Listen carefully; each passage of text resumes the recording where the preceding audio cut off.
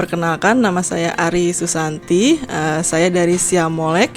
Siamolek itu apa? Siamolek itu singkatan dari Southeast Asian Ministry Organization Open Learning Center.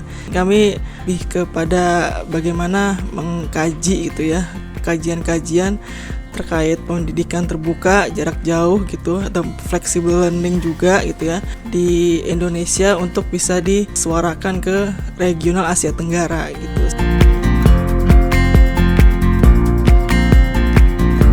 Kami sedang ada kajian gitu ya, kajian khususnya tentang anak tidak sekolah dan anak putus sekolah gitu ya.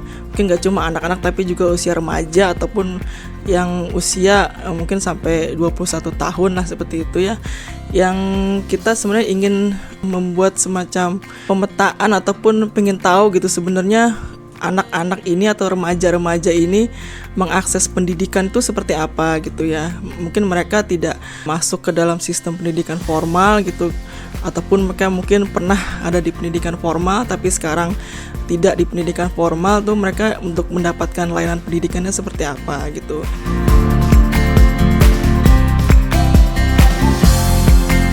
Jadi pertama kita ingin lihat akses pendidikannya, layanan akses pendidikan gitu ya. Anak-anak putus sekolah ini ataupun anak-anak yang tidak sekolah ini, mereka dapat akses pendidikan itu di mana gitu ya.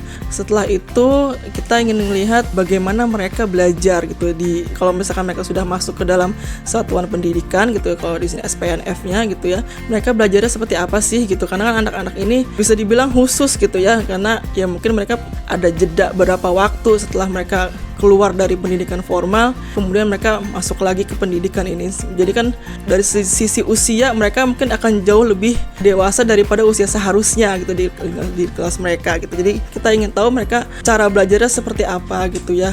Kemudian tutor-tutor di sini ngasih pendekatan pembelajarannya seperti apa, karena memang ini anak-anak yang ataupun orang gitu ya yang memiliki special case gitu, seperti itu.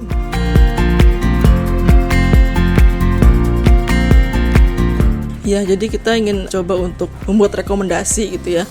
Nantinya kita akan buat data ini, kita olah kembali gitu sebenarnya. Ini real fakta di lapangan, proses pembelajarannya seperti ini. Misalkan ya, cara penanganan anak tidak sekolah dan anak putus sekolah itu yang dilakukan tuan pendidikan non formal tuh bentuknya seperti ini. Dan selanjutnya kita akan coba minta dari kementerian juga dengan pihak-pihak yang terkait ya, direktorat terkait ataupun pusat yang ada di Kemendikbudristek itu juga ingin memaparkan, kita juga ingin tahu mereka memaparkan program kerja mereka sebenarnya seperti apa untuk mengatasi ini. Dari situ kita akan bisa lihat apakah program-program yang mereka buat gitu ya, ataupun misalkan kebijakan-kebijakan yang mereka buat di lapangan ini tuh, ataupun di praktisi ataupun pelaksana pembelajaran ini sampai atau tidak gitu, terrealisasi atau tidak gitu ya. Jadi kita lihat gapnya seperti apa gitu ya. Kalaupun misalkan terjadi gapnya ada gitu ya, kita juga minta rekomendasinya juga gitu, bagaimana caranya untuk mengecilkan dari kesenjangan itu gitu, sehingga semua warga negara Indonesia itu bisa mengakses pendidikan, karena memang itu kan amanat undang-undang ya, bahwa pendidikan adalah hak setiap warga negara gitu, seperti itu.